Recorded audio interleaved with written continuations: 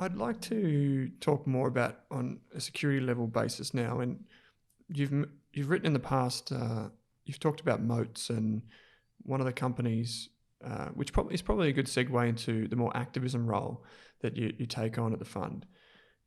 You've talked about moats and why they're important, and perhaps I think the best way to deliver this message and deliver the idea behind this activism piece is to use an example.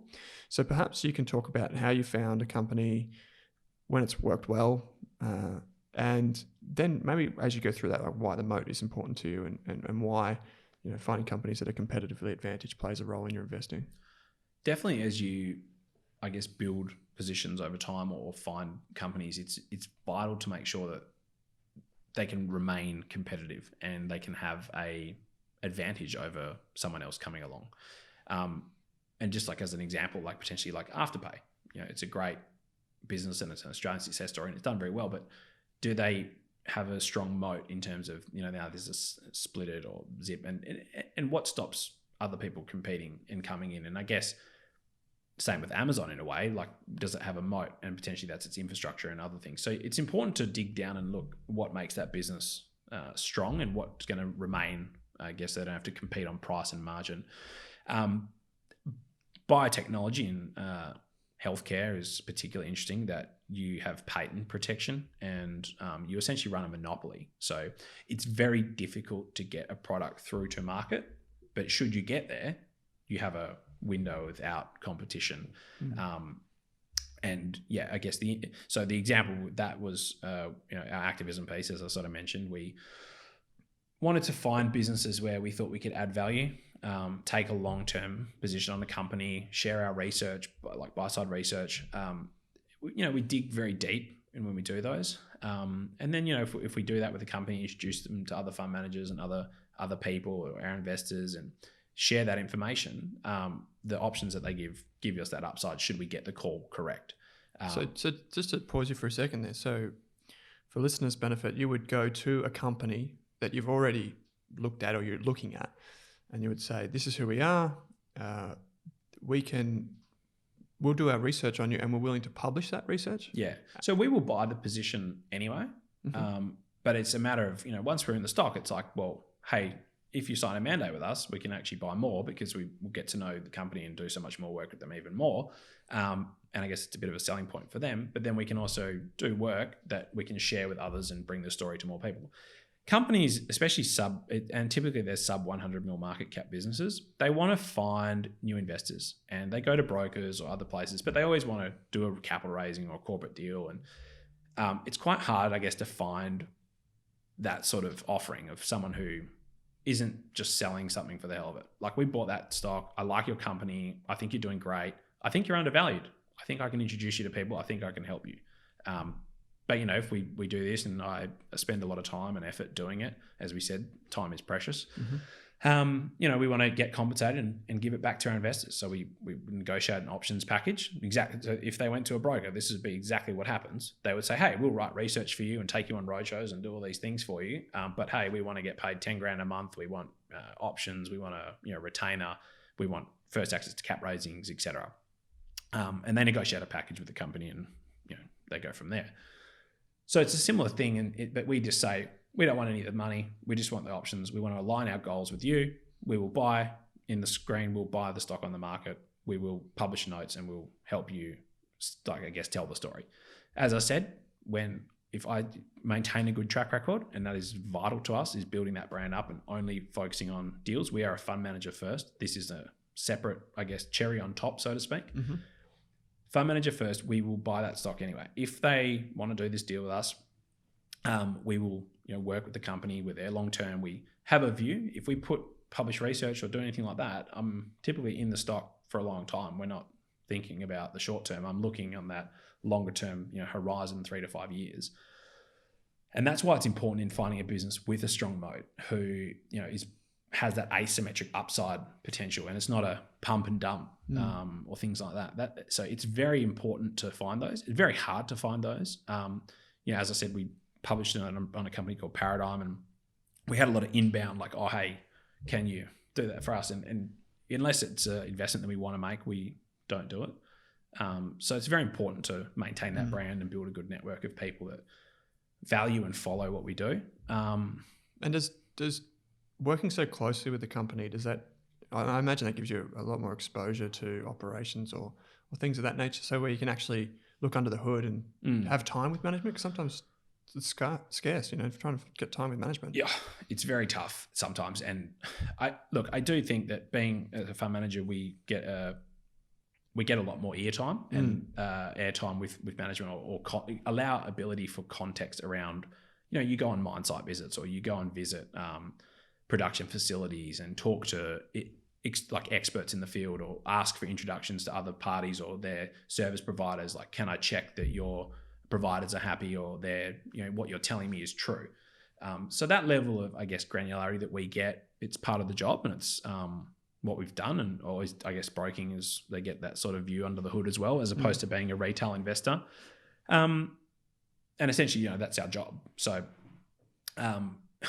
it is good. And, we put things in place, I guess, to make sure that you're always remaining on the right side of that. And there's certain rules. So, Chinese walls, so to speak, and being out of the market. If we're helping them with announcements or anything like that, if they ask our opinion, we'll say, we need to go behind the wall. We're not going to be active in the market. We'll help sort of, I guess, guide the message to market and how they should present to companies and fund managers. I mean, we see, hundreds of companies every year. What a good pitch looks like. How to get another manager's attention. So in a lot of companies, they're either experts in their industry. They've come from, a mining engineering background, or a geology background, or a tech company, or a bank, or they've come from somewhere where they don't have to, or they haven't been exposed to as much finance. And I think having a good advice, as we said, using experts or people, I'd like to think that we know what a good pitch sounds like. If I see a company, I could see 10 companies, and the ones that know how to get your attention will get you to look and do more work on it. As you said, time is very scarce. So you need to stick out. You need to be something that, oh, hey, that looks really interesting. And Paradigm was that for me. I mean, I sort of said, we set up the fund. Time was very busy. I met them, and I was very, probably just flicking through the presentation and being probably ruder than I normally would be, but wanting to, okay, interesting, that's fine. Okay, what's this? Okay, what happened here? Okay, cool. Hang on, what's this? And then looking at the data that they had already got published, and, not against a placebo, but looked very, very good in a very big market and very cheap market cap, like 30 mil, probably sub 30 mil when I first found it. And, it caught my attention, and it grabbed me. I just said, this is amazing. Like, your drug is reducing pain to half in people with osteoarthritis, and it's safe. I need to do more. And then I was just fascinated the rest of the day. I was on the phone to chemists and doctors. And then the rest of the weeks and months after that, patent attorneys, speaking to people that have used it, that people treating it, doing a really deep dive, and just thinking, this looks really good. And sort of saying to them, I think, they were upset. They'd been let down, I guess, in the getting other people to look at the company, and it's quite difficult. And, I said to them, I think we can help. And we did a deal with them and managed to bring other funds and other high net worth people into the register and help the business. And now it's, fully funded, and market cap's about 180 million, 80 mil cash, so about 200 mil EV. It's gone up significantly from where we bought it, around sort of say 30 cents we started buying. It's $1.50-ish today. I think it probably has a lot more to run. They've passed their trials now. It's de-risked. So the next trial is the bigger one, and if it gets through, it'll get to market. And once you're got a moat and no one else, I don't know if you know this, but a lot of people have osteoarthritis and are in pain. And I myself, being through that with my back, resonated that there was no amount of money I would have paid anything to make that go away, like just get it to go away. And I think that's much the same with osteoarthritis. It's incurable. You end up with surgery and replace hips or knees, or live with pain every day, and it's a misery. And I think I know people, and like my gran or others, that have osteoarthritis, and it's a terrible disease, and it's progressive. It only gets worse. And to listen to stories of people getting their life back, it resonated with me that, oh wow, like you don't have to wince going downstairs anymore, like that. I like that part of it. I like the helping people. It was great. And we have done well out of the stock, and hopefully they pass the next trial and gets registered and they have a product and can help lots of people around the world. And as a result, we hope we benefit from that as shareholders in the company and our investors will as well.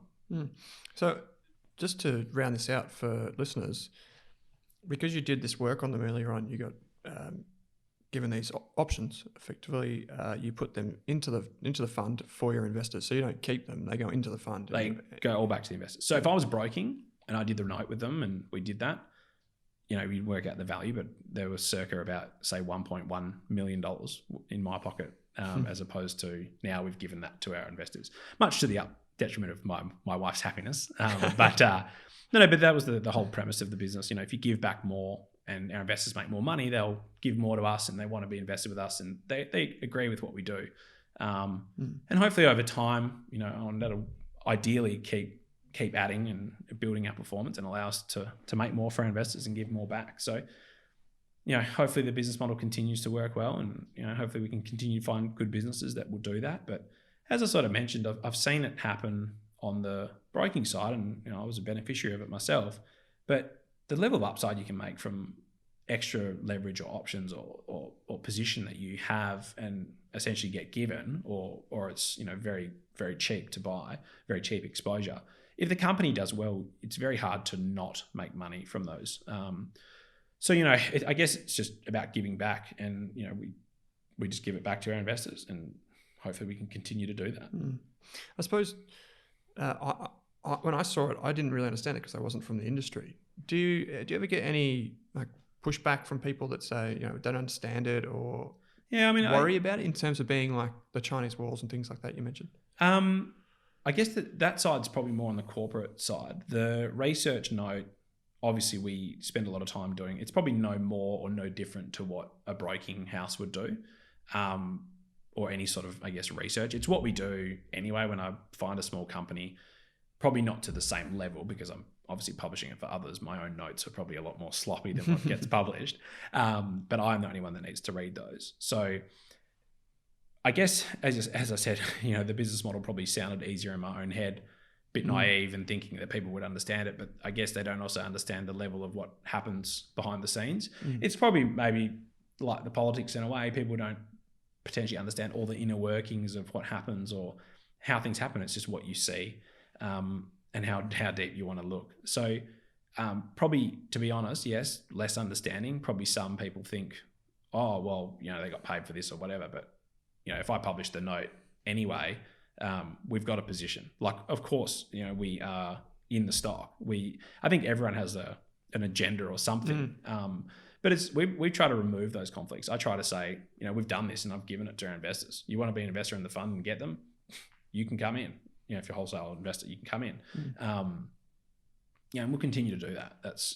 It's not like I did it, kept them all, put the fund in or something. We try to act honestly, act ethically. I've said to you sort of off air, I was saying, I just think our industry gets a bad rap sometimes and there's a lot of bad things that do go on. I'm not doubting, I see it every day on the market.